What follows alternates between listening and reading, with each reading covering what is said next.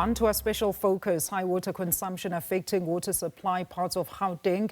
Rand Water remains concerned with persistently high water consumption in Gauteng, particularly the city of Johannesburg and Tshwane. This above normal consumption that has exceeded the allocated volume continues to place significant strain on the overall water supply networks. And current demand is forcing the system to operate under pressure, stretching infrastructural capacity to accommodate abnormally high usage levels. And furthermore, this high consumption has negatively affected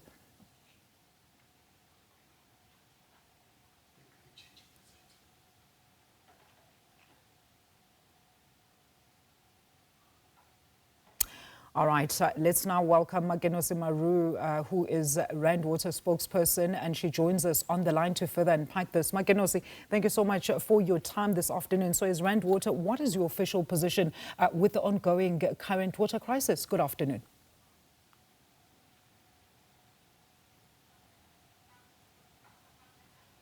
All right, it seems we've lost Makenosi there. We're going to try and re-establish connection with her. Let's go to this now. Several areas across the city of Johannesburg have been affected by water outages due to a combination of a multi-system failures, aging infrastructure, as well as power outages. And some residents say they have been without reliable water for more than a week. SABC News reporter Lopang Alamo has more.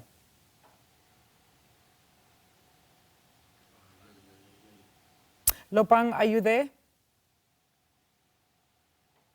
All right, we're going to try once again to, of course, speak to Makenosi Maroo, who is the Rand Water spokesperson, and she joins us on the line to further unpack the current water woes. Makenosi, thank you so much for your time. Hopefully you can hear me now. So as Rand Water, what is your official position regarding the current water crisis that is, of course, going on in parts of Johannesburg? Thank you, Alicia. I can hear you loud and clear. Good afternoon to you and to your viewers.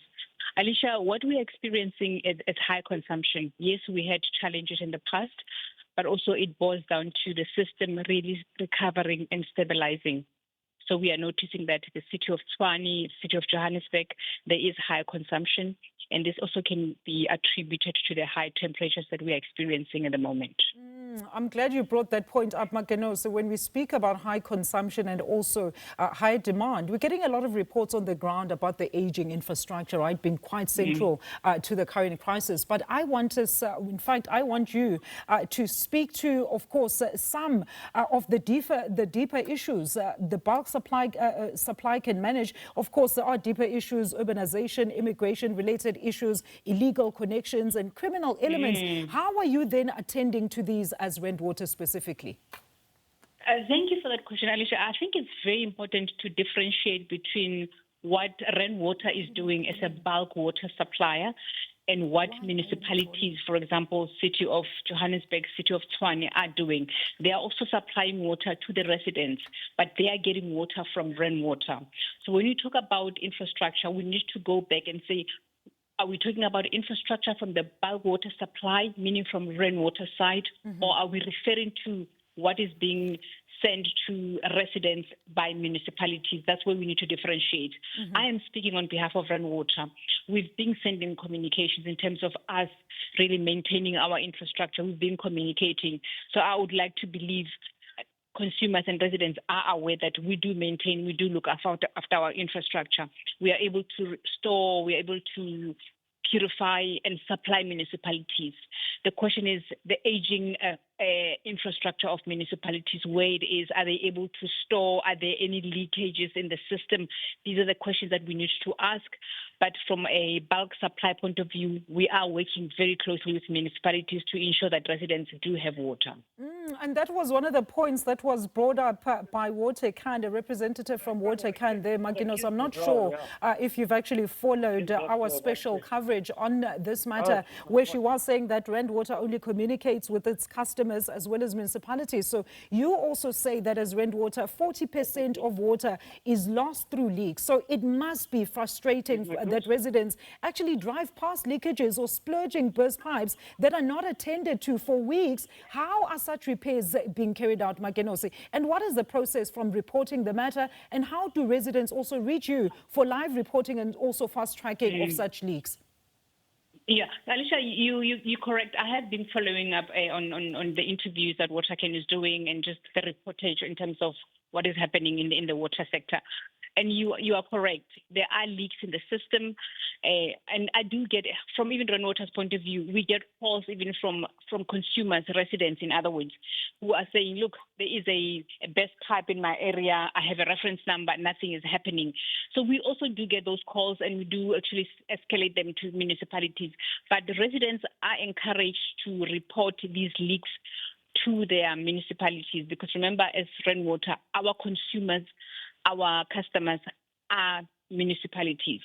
So we communicate with municipalities, but from time to time, we also send out media statements. We have a stakeholder engagement team that also engage our stakeholders. So it's not a question of just we being selective. We are only communicating with our municipal customers. The starting point will be our municipal customers. Then we come down to media. Obviously, media will involve residents. So that's how we work as Rainwater. All right. Makenosi, I mean, from your side then as Rainwater, what challenges maybe are you also grappling with, and how far are you in at least addressing some of these as an entity? And are we also teetering at least the 2024 situation where level 1 water restrictions had to be implemented, do you think? Look, let's start with level 1 restrictions. Level 1 restrictions are supposed to be in place throughout the year. Yes, we do understand around the festive season, people do use their swimming pools and things like that. But level 1 restrictions are supposed to be in place, especially when there is high consumption. Municipalities are supposed to introduce and communicate these levels, what is accepted, what is not accepted.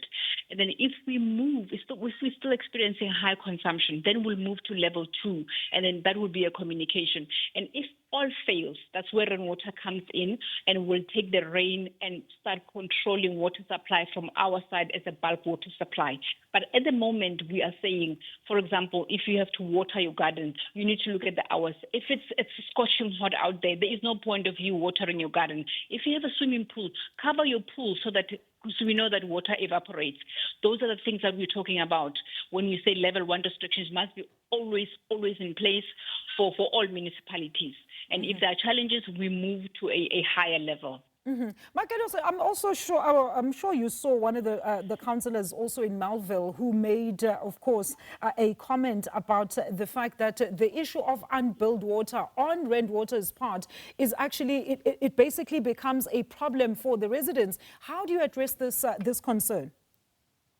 Look, that's non-revenue water. That means that it's water that is being lost through the system. So that means we are losing water through the system. And also, look, we are all government. Whether it's Rainwater as a state-owned entity, whether it's municipalities, water is being lost, residents are struggling. And one, we need to apologize and acknowledge that there is a challenge. But also, I know, for example, Joburg Water, I know that they are working on fixing leaks. I know Ekurhuleni is also working on fixing leaks. So we are working together as government, let me put it that way, as government to ensure that we manage these leaks, we ensure that people do get water. But also it's crucial that we talk about encroachment, where people build on our infrastructure, where people obviously, they take water, obviously illegal connections. Those are the challenges that municipalities are facing. But from the bulk point of view, we are able to supply. We are even over abstracting from the Val Dam. We have a license from the Department of Water and Sanitation. We are over abstracting because half of that water that we are providing to municipalities, it's going to waste. It's non-revenue water. It's water that is being lost through the system. Makenosi, thank you so much. We do appreciate your time on the show today. That is Makenosi Maroo there. She's from Rainwater, also weighing in on the current water crisis in parts of Johannesburg and the Greater Gauteng.